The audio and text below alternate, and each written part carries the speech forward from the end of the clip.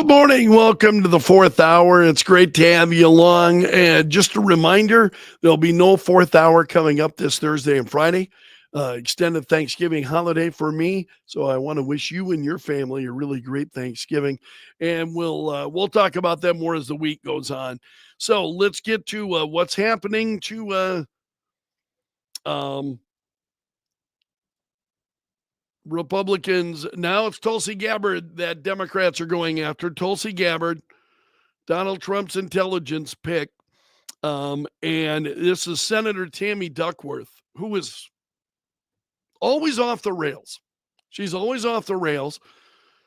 Just not someone who concerns me too much. And she's saying of Tulsi Gabbard, I think she's compromised. She's saying the U.S. intelligence community has identified her as having troubling relationships with America's foes. I would love to see proof of that. They throw these allegations out there. So my worry is that she couldn't pass background check.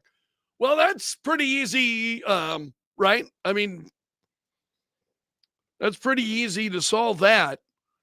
It's just crazy.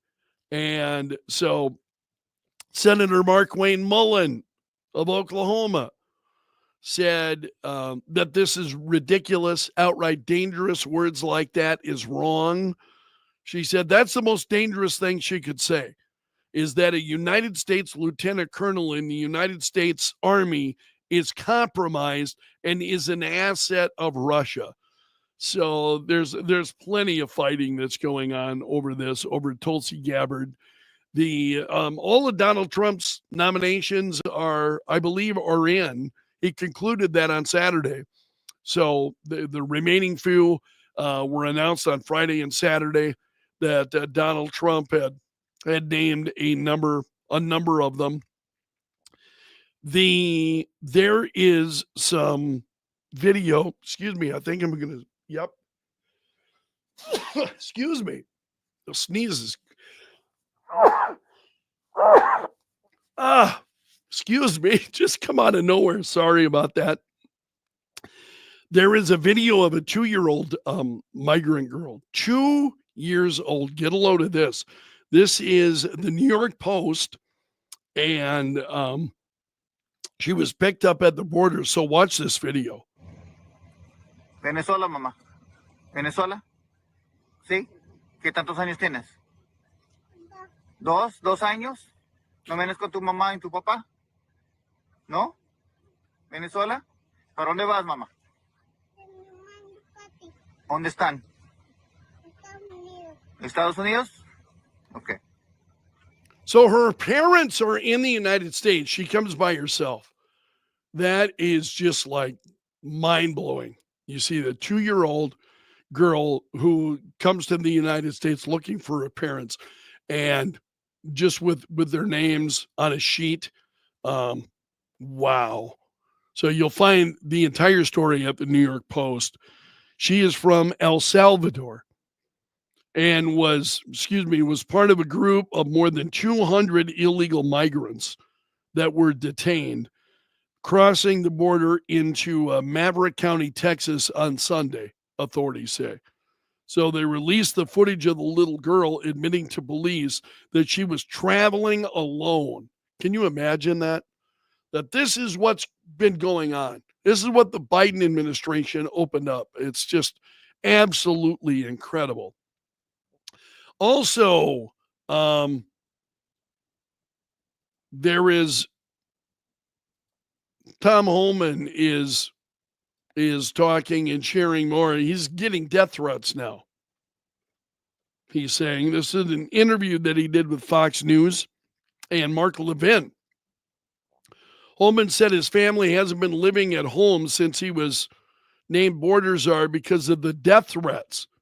And he said, this administration has turned this world upside down. He said, now I'm being attacked, right?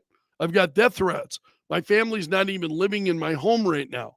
So all of a sudden, the guys who want to enforce the law are the bad guys. The guys who break the law are the victims, he said. And he urged every Democrat who has vowed to resist Trump's mass deportation plan to listen to the Laken Riley tape, he said. Listen to the 17 minutes of this girl suffering, fighting for her life, fighting for her breath. This little girl didn't want to die. She fought like hell. Listen to that tape. That happens every day across this country at the hands of an illegal alien. And he said, and finally, I'll say this, President Trump has made it clear we're going to prioritize public safety threats and national security threats right out of the gate because they pose the most danger to this country. And I shared parts of these comments this morning. When he said, what governor or mayor doesn't want public safety threats and national security threats out of their neighborhoods, out of their communities?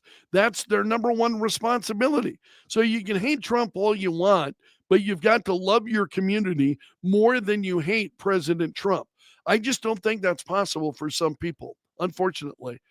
That's a no-brainer, I think, for you and me, for many of us. It's foregone conclusion. But for some of these folks, they're just not capable of it. And this is why I'm always referring to events that we see as a bizarro world. There's some other stories. This is about the volleyball team with a trans player clinches its playoff meeting. And one of the teams that it will face in the playoffs is one of the teams that wouldn't play earlier.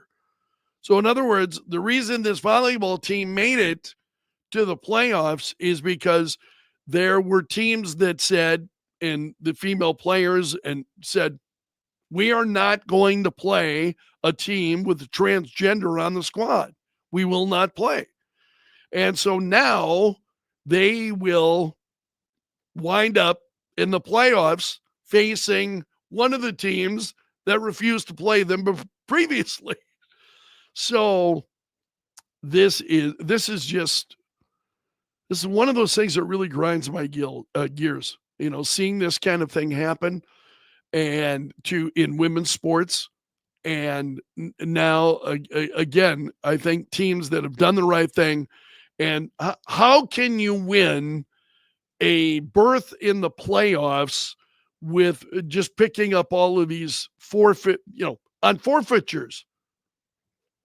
That is just absolutely crazy. So they'll wind up facing each other. We'll see what happens. It's going to be interesting. You've got to believe that the concerns remain. Nothing has been fixed. So that's unfortunate. It's really unfortunate that we're seeing that happen. Also, Donald Trump plans an executive order to ban transgender soldiers from the U.S. Armed Forces. So this would ban trans soldiers. And Pete Hegseth has said that transgender soldiers were not fit to serve in combat positions because they're dependent on drugs and hormones then in order to function. So I'm trying to see if there's anything new to this. Hegseth has pointed to the wokeness in the military causing challenges in recruiting. I totally agree. I think that's one of the problems that the military has. Who was I watching? It was Ben Shapiro. I was watching one of the Ben Shapiro videos yesterday, and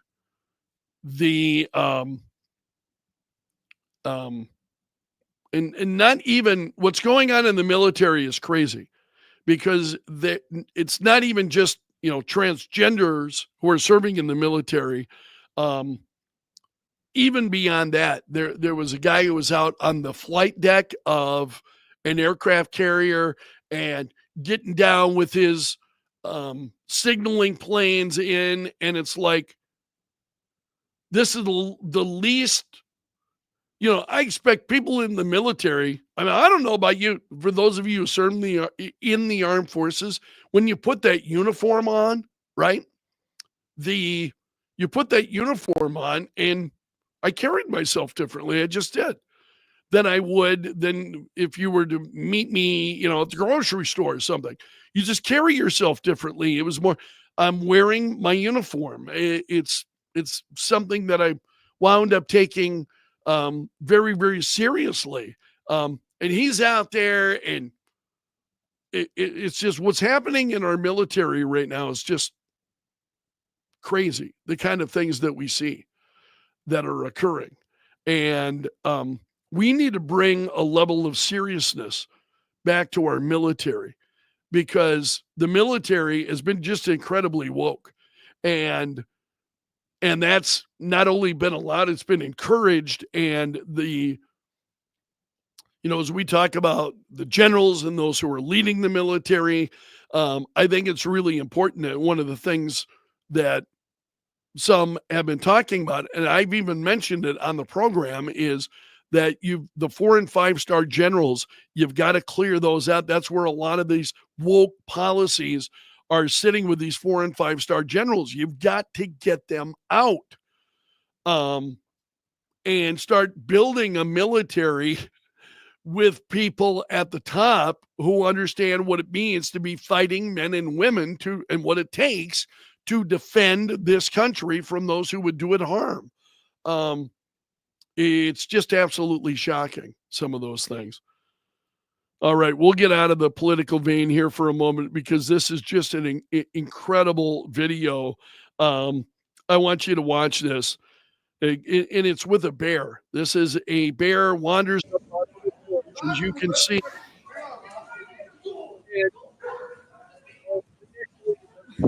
So there's a guy just sitting there. He's just going to sit there. And if you think that's bad, wait, because it's going to get worse here in a few moments. Now watch this guy. Really, you're going to get right in the face of a... Oh, man. Now, you have to tell me, because in my world, that's like crazy. That's crazy town. I mean, seriously, get right up in the face of a bear. They're wild, right? They are wild. You don't know how they're going to respond. I don't even get down in the face of my dog. He's domesticated. I don't even get down in the face of my dog like that, let alone a bear. That just kind of shocking to me. And it just, common sense is such a rare commodity these days. You know what I mean? I never would have expected that. But the more you look, and especially if a camera's on. Oh, I got my camera out, and I'm on camera, and I'm going to perform for the camera, and I'm not going to be concerned about the bear. What? That's crazy town, man. There's no other word to describe that. Now, I'm going to leave it there for today. I've got a lot of things to get that I've got to get after here today. And I want to remind you, there will be no Greg Belfrage show on Thursday and Friday this week due to the extended holiday. And I want to wish you a very happy Thanksgiving. So it'll be a short week here. I do plan on doing this each day through Wednesday, and then back on Monday, and kind of dig in and get after it until Christmas. And then I'll also be taking some extended time off over Christmas. Every year I take the days between Christmas and New Year's. I take that time off. It's a tough time, I think, to do News Talk Radio anyway. And I want to spend time enjoying the holiday. I really do.